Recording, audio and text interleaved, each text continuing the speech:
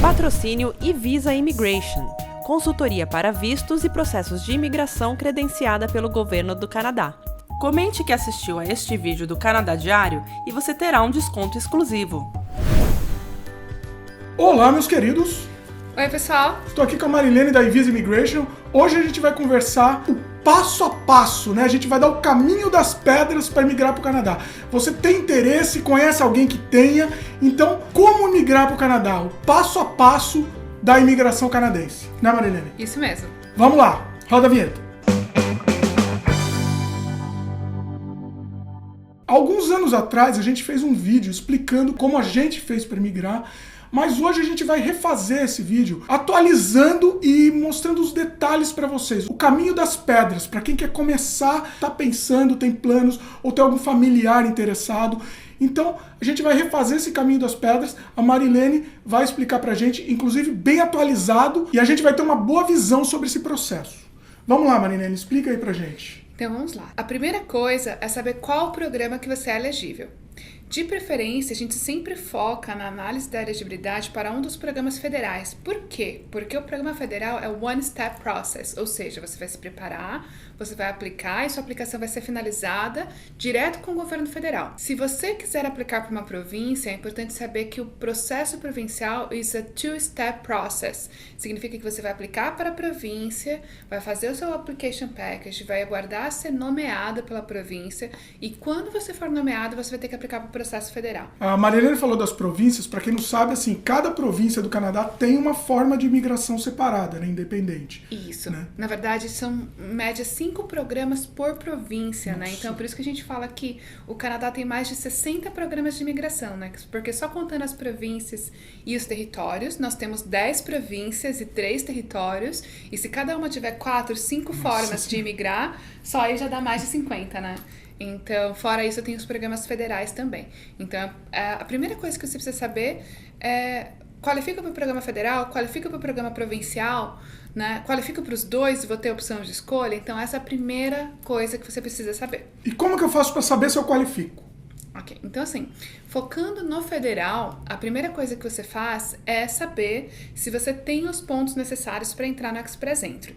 Então, o Express Entry, para quem está fora do Canadá, para quem não tem experiência canadense, é normalmente baseado no seu inglês, no seu nível acadêmico, na sua idade e na sua experiência profissional. Nessa ordem: idioma, nível acadêmico, idade e experiência profissional. Quando eu falo inglês, isso é porque a maioria das pessoas que estão no Brasil são mais acostumadas, são mais familiarizadas com o inglês, mas também pode ser o francês. Uma pergunta muito comum: eu falo espanhol, posso qualificar como segunda língua? Não, precisa ser ou inglês ou francês, tá? Então, a primeira coisa que você precisa fazer é analisar a sua elegibilidade. A eVisa Immigration tem um free assessment disponível no nosso site, na qual você pode responder um questionário. O nosso time vai receber as respostas, vai analisar se você qualifica para o programa federal e vai lhe responder confirmando se você é elegível ou não para um dos programas federais. Você pode, pesquisando no site do governo canadense, validar a sua elegibilidade, e você pode também fazer a análise gratuita que está disponível no nosso site, né? O link está aqui embaixo. Tá na descrição do vídeo aqui. E a gente vai receber as suas respostas, vai analisar as suas respostas e vai te responder se você é elegível ou não em até 5 dias úteis. Então, não é automático, isso porque a gente quer sempre analisar primeiro e ter certeza que se você não cometeu nenhum engano na hora de responder. E depois que a gente analisar, a gente te responde por e-mail se você é elegível ou não. E você pode fazer esse teste, vocês entenderam, né? Sem compromisso e é gratuito. Você entra lá no site, faz o teste. Também tem o teste no site do governo, né, Marilene? Mas é uma coisa automatizada, né? Assim, você também pode fazer o site do governo, só que a questão é, se você às vezes responder uma coisinha errada, ele pode te responder que você não é elegível, quando na verdade, às vezes foi só uma questão de você ter respondido errado, ou não saber ao certo como responder aquela pergunta, né? Então, é por isso que a gente não tem uma resposta automática, a gente faz uma pré-análise antes de mandar a resposta. Então vale a pena, façam, tá aqui o link, mas vamos lá, vamos voltar, vamos continuar. O que mais? O que a gente precisa? O próximo passo é ter a equivalência do seu nível acadêmico. As pessoas perguntam muito, né? Assim, se eu estudei um bacharel no Brasil, ele é equivalente ao quê no Canadá? Normalmente a equivalência é a mesma, né? Então, um bacharel no Brasil é equivalente a um bacharel no Canadá, um tecnólogo no Brasil é equivalente a um diploma no Canadá, uma pós-graduação no Brasil é equivalente a uma pós-graduação no Canadá. Só que, ainda assim, a gente precisa fazer o processo de equivalência, a gente chama de Education Credential Assessment. Fazendo esse processo, você basicamente vai enviar os seus documentos para uma das agências apontadas pelo governo canadense que são responsáveis por essa análise. Eles vão analisar os seus documentos e vão emitir um relatório que confirma a equivalência, né? Então, basicamente, o relatório diz: bacharel do Brasil equivalente ao bacharel no Canadá, mas você tem que fazer o processo e você tem que pagar por isso, né? Para que você possa ter pontos referente à educação no seu processo de imigração. Então, isso é necessário para o processo. Tem uma coisa bem interessante sobre a equivalência do diploma, que algumas profissões do Brasil, apesar de você ter graduado num bacharel, elas vão ter uma equivalência diferente aqui no Canadá, mas é positiva. Elas vão ter equivalência como a gente chama de professional degree, que normalmente é o mesmo nível de um mestrado. Então, é bem interessante, assim, se você, por exemplo, é da área de medicina, de odontologia, de veterinária, de farmácia, então o pessoal que é formado em farmácia, o pessoal que é formado em optometria, então essas profissões, elas são consideradas como professional degree. E por ser professional degree, mesmo que no Brasil é o bacharel, né, a equivalência para o Canadá é o professional degree, que tem a mesma pontuação de um mestrado. Se você é de uma dessas profissões que eu mencionei e tem um bom inglês, não perca tempo. Você provavelmente já qualifica para aplicar. Muito bom. Uma dúvida, tá? O pessoal sempre pergunta, esse nosso vídeo aqui, como é um passo a passo, vamos ser bem didáticos, né?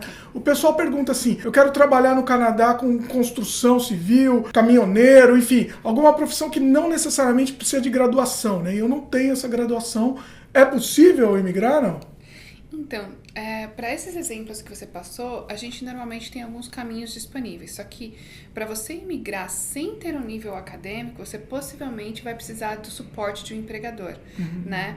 De um sponsor de um empregador. E aí, normalmente, porque agora, com a mudança do peso de uma oferta de trabalho no processo de imigração, você não consegue garantir a imigração só tendo a oferta de trabalho. Ou seja, a gente provavelmente vai ter que fazer um processo provincial. Na província de BC, por exemplo, a gente tem um caminho para motorista de caminhão. Olha só. Então, um motorista de caminhão que tem uma oferta de trabalho e o suporte do empregador, a gente pode fazer o processo pelo BC PNP. Agora, construção também. Construção, na verdade, é uma profissão considerada skilled worker. Então, a gente também consegue fazer o processo de imigração, normalmente pela província, porque agora, como o peso de uma oferta de trabalho não é mais tão alto como era no passado, possivelmente o fato de não ter nível acadêmico vai fazer falta. Então, o caminho mais indicado seria realmente com a oferta de trabalho do empregador, para poder entrar no Canadá e poder começar a trabalhar, na sequência fazer um processo provincial. Legal. Bom, vamos continuar então. Próximo passo. Me qualifico. E aí?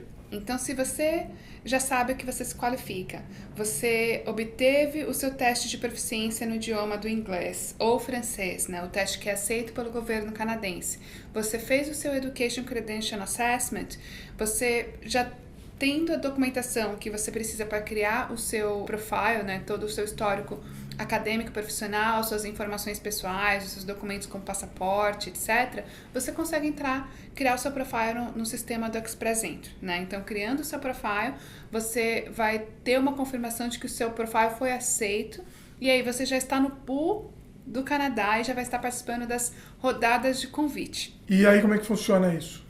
Quando você está no pool de candidatos, você vai ter uma pontuação de ranking, né, que é a quantidade de pontos que você tem baseado no seu inglês, no seu nível acadêmico, na sua experiência profissional, na sua idade, né, ou na oferta de trabalho, ou na experiência canadense, nos dados do seu esposo também, né. Então, juntando tudo isso, você vai ter a pontuação de ranking. A cada 2 semanas, em média, o governo faz uma rodada de convites e ele anuncia uma pontuação de corte. Você recebe o Invitation to Apply quando a sua pontuação é igual ou maior do que a pontuação de corte. Tá? Então, por exemplo, se você tem 450 pontos no pool e a rodada de convites foi de 450 pontos, você então recebe o Invitation to Apply para dar continuidade no seu processo. O que acontece?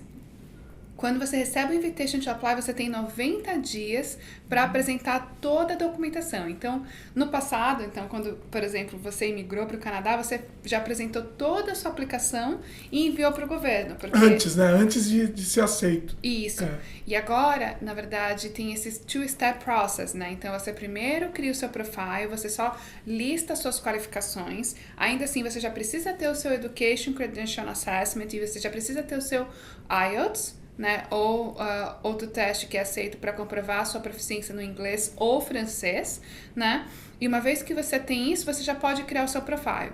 E só depois do Invitation to Apply é que você apresenta todos os documentos, né? Então, quando você recebe o Invitation to Apply, você tem 90 dias para apresentar, então, a comprovação da sua experiência profissional, os seus documentos pessoais, o seu histórico pessoal e profissional, de endereço, de viagens, então tem bastante coisa que você tem que apresentar nesse processo, além da parte financeira também. Então você vai ter 90 dias para apresentar todos esses documentos, né? Tem parte de exame médico, tem a parte de atestado de antecedentes criminais, né? Quando você é convidado, o governo disponibiliza o checklist que você tem que seguir dos documentos que você tem que apresentar. Uma vez que você entregou a documentação para o governo, aí sim o governo vai começar a análise dos seus documentos e eles pedem 6 meses para fazer essa análise, né? Então, da data que você apresentou a sua documentação, você recebe um protocolo confirmando que você entregou os documentos e aí a espera é de 6 meses. Ao final desse prazo de 6 meses, você vai ter a resposta final do seu processo. Se o oficial, ao longo desse tempo, tiver qualquer questionamento, queira tirar qualquer dúvida, eles vão te questionar, eles vão te perguntar e pedir para você apresentar documentos adicionais, né? E no final, se tudo der certo, você já recebe a confirmação de residência permanente. Na verdade, é um e-mail que confirma que você foi aprovado pedindo a apresentação dos passaportes. Bom, isso daí não é o final ainda do processo, né? Depois que você recebeu o ok, depois de enviar toda essa documentação, você recebeu o visto, mas ainda não terminou o processo, né? Não, na verdade o processo só termina quando você cruza a borda com aquele visto. Então, quando você manda o passaporte para o governo, ele vai colar um visto, que é o visto de imigrante, né? Então, para você poder vir para o Canadá e viajar para o Canadá e entrar oficialmente como imigrante. E o processo é finalizado quando você cruza a borda, quando você apresenta a sua confirmação de residência permanente para o oficial e você assina esse documento na frente do oficial, né? Então, é quando você é admitido como residente permanente no Canadá, é que você se torna, de fato, um imigrante. Agora sim, voltando um pouco, essa questão da documentação. No momento que eles solicitam a documentação para você, depois eles terem analisado a sua pontuação e tal, e aí solicitam a documentação, não é uma garantia de que você vai passar, certo? Mas é um grande sinal de que tá dando certo, que tá no caminho certo, é isso? Sim, com certeza. Então, assim, na verdade, a triagem inicial é a parte de criação do seu profile e a determinação dos seus pontos. Basicamente, o que eu costumo dizer para exemplificar é assim: quando você cria o seu profile no Express Entry, você está dizendo: "Hey, Canadá, eu tenho interesse em me mudar permanentemente para o seu país, né? Você me aceita?" Quando o Canadá te manda o convite, ele fala assim: eu gostei do seu perfil, me mostra que realmente está tudo certinho. Pessoa simpática, eu achei simpática. Então, me parece que tá tudo bem, né? Você tem um bom inglês, tem um bom nível acadêmico, tá me dizendo aqui que você tem uma boa experiência profissional. Quando você passou por essa triagem inicial, significa que você já tem todas as indicações de que você vai ser elegível. Mas o governo vai analisar a sua documentação, né? Então, uma outra coisa que eu costumo também dizer para os meus clientes: por que existe o ditado de que a lei é cega, né? Isso porque não importa quem você é, o que importa são o que seus documentos dizem, né? Então, você tem que ainda assim apresentar uma documentação consistente para provar que você atende todos os requisitos do processo. Se você não apresentar os documentos necessários de forma correta, eles podem recusar a sua aplicação. Não é garantido, mas é lógico, se você já passou por essa primeira triagem, já é uma vitória, né? Então, tudo indica que vai ser um caso de sucesso, mas ainda assim depende da qualidade da sua documentação. Bom, eu acho que isso deu uma visão legal do processo inicial, né? Como você imigra para o Canadá passo a passo. Agora, se você está interessado, a gente recomenda que você procure uma profissional, no caso a Marilene, que é uma profissional de imigração, agende com ela uma consultoria, que aí você vai saber qual é o melhor caminho para você, especificamente para você, né? Marilene, fala da Invisa Immigration aí pro pessoal. A Visa Immigration é uma empresa regulamentada pelo governo canadense para prestar assessoria de vistos e imigração para o Canadá. Então, se para você não quer correr riscos e fazer sozinho, ou se você não quer gastar o seu tempo e investir tempo e dinheiro sem ter a certeza de que você está fazendo tudo da forma mais correta, é sempre recomendável a contratação de um profissional e nós teremos o maior prazer em ajudá-lo nesse sonho, né? nesse processo todo. E se você tiver interesse, a gente recomenda, como o Dimitri colocou, uma consulta para que a gente possa conversar, entender qual que é a sua pontuação, quais são as formas que você pode melhorar a sua pontuação, né? Se esse é o melhor caminho para você e traçar junto com você o melhor plano de imigração. Tá Bacana. certo? Então eu queria agradecer a Marilene. Se vocês tiverem alguma dúvida, algum comentário, façam aqui que a Marilene vai voltar no nosso canal para respondê-las. Né, Isso mesmo. É isso aí. Gostaram do vídeo? Dá um joinha, adiciona os favoritos, comentem, divulguem, se inscrevam no nosso canal e valeu. Até a próxima. Até!